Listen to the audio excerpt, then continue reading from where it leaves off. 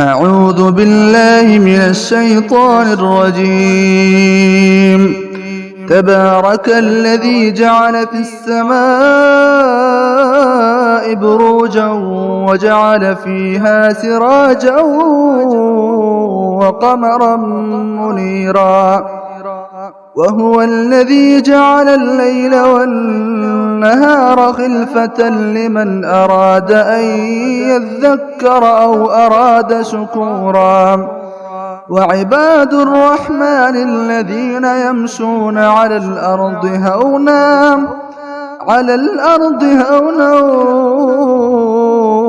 وإذا خاطبهم الجاهلون قالوا سلاما. والذين يبيتون لربهم سجدا وقياما، والذين يقولون ربنا اصرف عنا عذاب جهنم إن عذابها كان غراما إنها ساءت مستقرا ومقاما.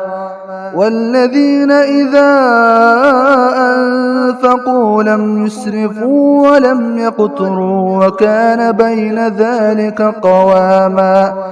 والذين لا يدعون مع الله إلها آخر ولا يقتلون النفس التي حرم الله إلا بالحق ولا يزنون، ومن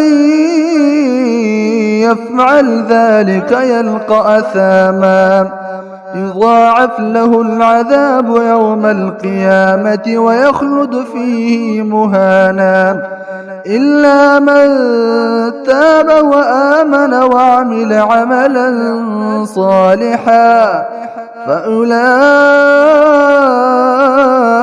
يبدل الله سيئاتهم حسنات وكان الله غفورا رحيما. ومن تاب وعمل صالحا فإنه يتوب إلى الله متابا. والذين لا يشهدون الزور وإذا مروا باللغو مروا كراما. والذين إذا ذكروا بآيات ربهم لم يخروا عليها صما وعميانا. والذين يقولون ربنا هب لنا من أزواجنا وذرياتنا قرة أعين وجعلنا للمتقين إماما. أولئك يجزون الغرفة بما صبروا ويلقون فيها تحية وسلاما خالدين فيها حسنت مستقرا ومقاما. قل ما يعبأ بكم ربي لولا دعاؤكم